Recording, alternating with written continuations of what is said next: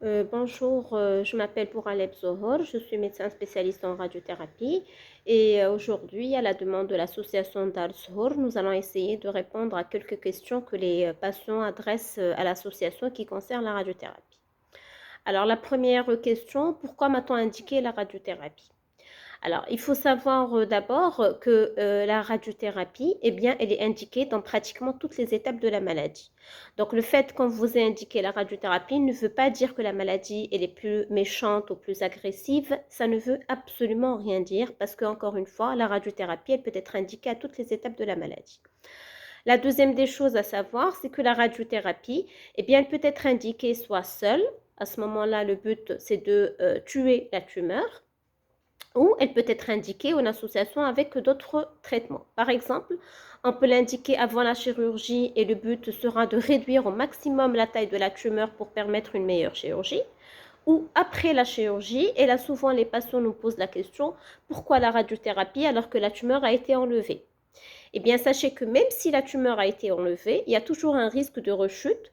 Et la hantise de tout médecin radiothérapeute, mais aussi de tout malade naturellement, c'est la rechute. Donc, la radiothérapie, elle a un rôle très important en matière de réduction de ce risque de rechute.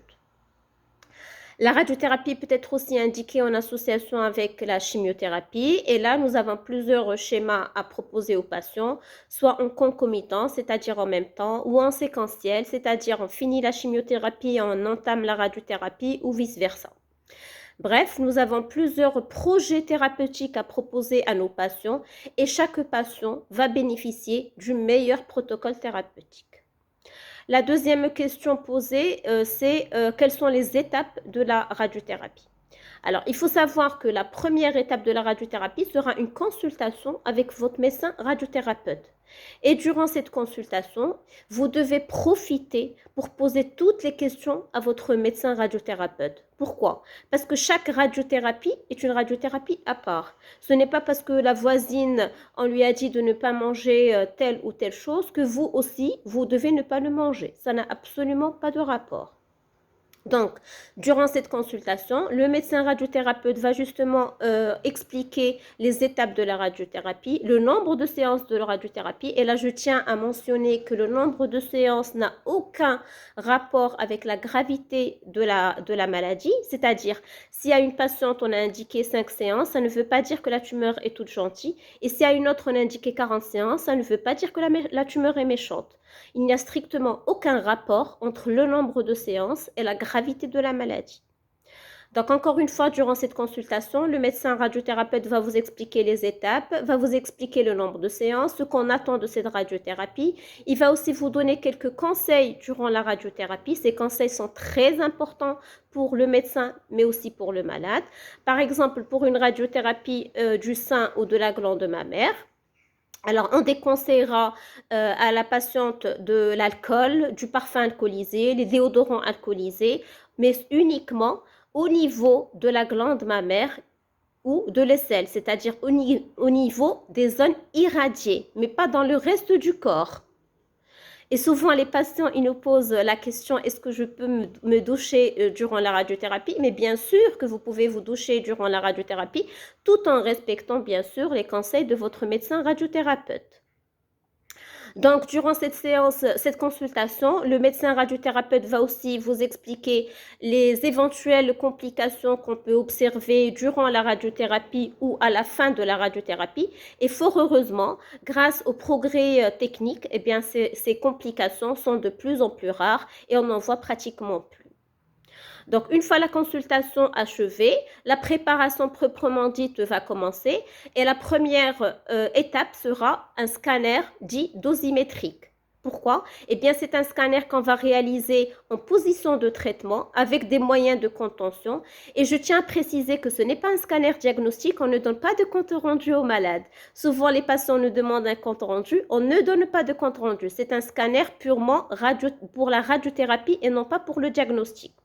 Donc, durant ce scanner, le patient sera dans la même position que le jour du traitement.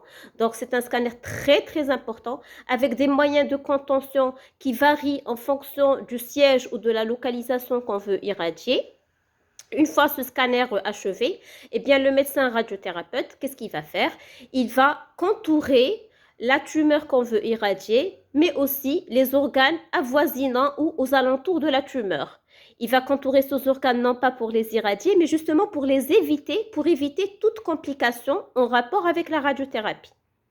Ensuite viendra l'étape dosimétrique ou physique, où le physicien médical va proposer le meilleur plan thérapeutique au patient et en collaboration avec le médecin radiothérapeute, eh bien, on va approuver ce médecin et là, enfin, la radiothérapie proprement dite peut commencer.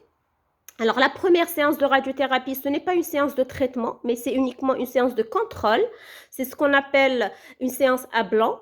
Et là, le but, justement, c'est de vérifier que le plan que nous avons planifié ou que nous avons programmé est strictement le même que le plan qui est réellement prévu pour le patient ou réellement que le traitement reçu par le patient. Donc, c'est une étape uniquement de contrôle ou ce qu'on appellera une séance à blanc. Donc, après ces séances à blanc, on s'assure que tout va bien, on s'assure que nos contrôles ont été réalisés et enfin, on va commencer ou on va débuter la radiothérapie.